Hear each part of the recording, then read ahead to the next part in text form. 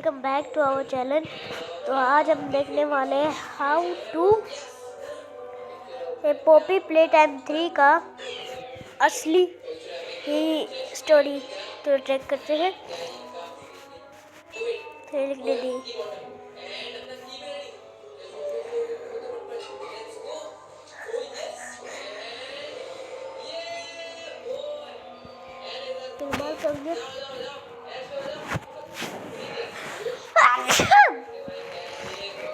Sorry, मुझे बहुत चीख आती है, एलर्जी हुआ है।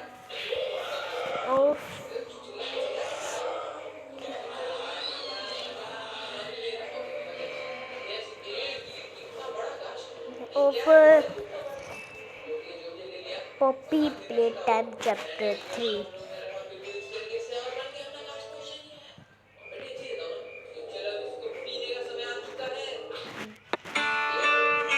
तो गाइस, मैंने आपको दिखा दिया था पॉपी प्ले टाइम चैप्टर 3 को इंडिया में सबसे पहले खेल के कंप्लीट करने के बाद और तुम लोग का इतना अच्छा रिस्पांस देखने के बाद अब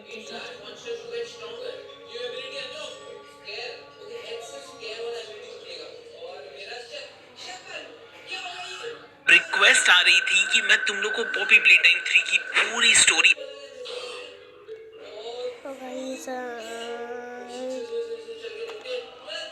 हम देखते हैं यहाँ से। सब कुछ हेलुसिनेशन ही था। हम लोग डीप स्लीप में चले गए थे और हम लोग अभी भी उसी रूम में है जिसमें वो रेड स्मोक था। अभी हमारी आंख इसलिए खुली क्योंकि वहां से रेड स्मोक पूरा हट चुका है। इससे हम लोगों ने खुद एक्सपीरियंस कर लिया कि रेड स्मोक कितनी खतरनाक चीज है। फिर आगे बढ़ते हुए हमें एक सबसे जबरदस्त चीज मिलती है, दी गैस मास्क। इस गैस मास्क की मदद से अब जो भी रेड स्मोक वाला एरिया होगा वहां पर हम लोग बिना रेड स्मोक को अंदर लिए, बिना हेलुसिनेट किए, बिना डीप स्लीप में जाए वहां उस एरिया में हम लोग जा सकते हैं। फिर होम स्वीट होम में अंदर जाते जाते हमें एक रूम दिखता है जिसमें जैसे ही हम लोग एंटर करते हैं तो लेफ्ट में हमें दिखती है किसी मिसी बहुत ज्यादा उदास लग रही थी और उसके हाथ में एक फोटोग्राफ था और वो फोटोग्राफ एक लड़की की थी। और वो लड़की पता है कौन थी? वो किसी मिसी ही थी।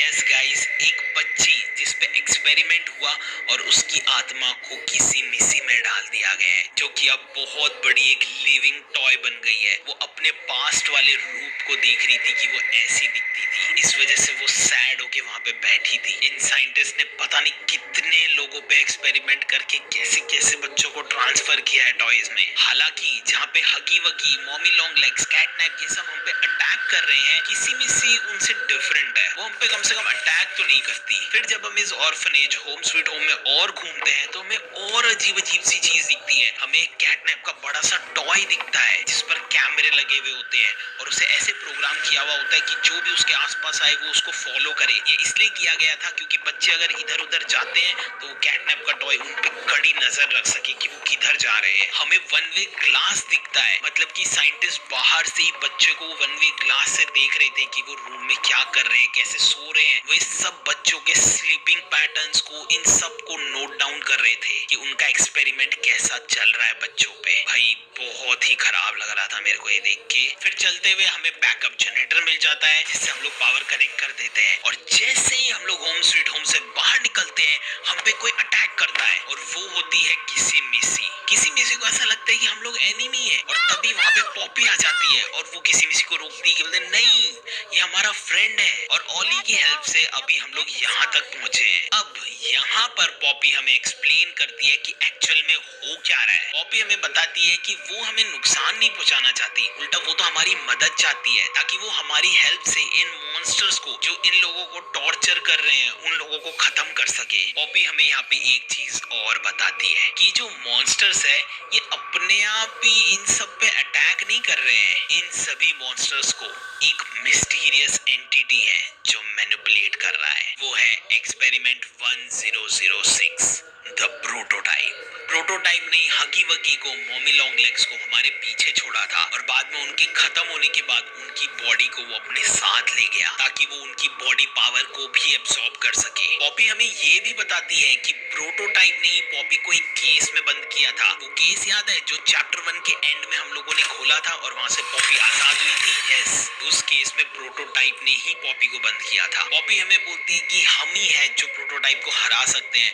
हमने हगी वगी को हराया, हमने मॉमी लॉन्ग लेग्स को हराया, तो शायद हम लोग प्रोटोटाइप को भी हरा सकते हैं। और वो लास्ट में ये कह के चली जाती है कि कैटनैप उन सभी से बहुत खतरनाक है और अब आगे ऑली हमें कॉल करेगा और आगे का रास्ता बताएगा। और तभी हमें ऑली का कॉल आता है और वो अब हमें नेक्स्ट जगह जाने के लिए बोलता है, जो कि होता है स्कूल में भी एक बैकअप जनरेटर है। ऑली हमें बोलता है कि हमें उसे भी ऑन करना पड़ेगा ताकि यहाँ पे लाइट आ सके। जैसे ही हम लोग स्कूल में जाते हैं तो अचानक से कॉल का कनेक्शन कटने लगता है और यहाँ पे हमारा ऑली के साथ कॉल कनेक्शन ब्रेक हो जाता है और तभी वहाँ पर हमें एक अनाउंसमेंट सुनाई देती है।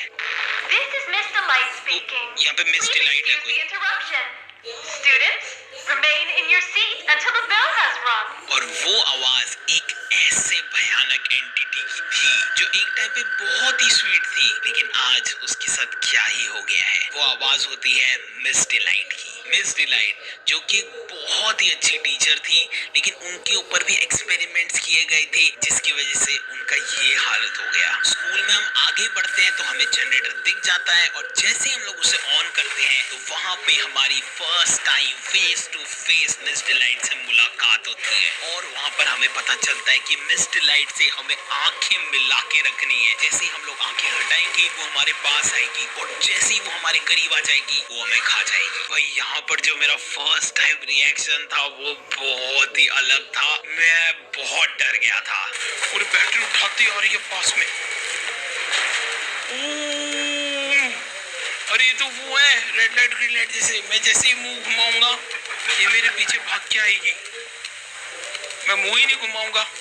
ओ नहीं, ओ जैसे हम लोग की आंखें नहीं मिलेंगी ये क्या आएगी मेरे पीछे। ओ भाई, लेकिन मजा भी उतना ही आया था। जैसे तैसे हम लोग मिस डिलाइट से आंखें मिला के पीछे हट के आगे बढ़ते हुए निकलते हैं और वहां पर जैसे ही हम लोग एक लीवर फ्लिक करते हैं जिससे शटर डाउन होता है और मिस डिलाइट उस शटर के नीचे आके पूरी क्रश हो जाती है और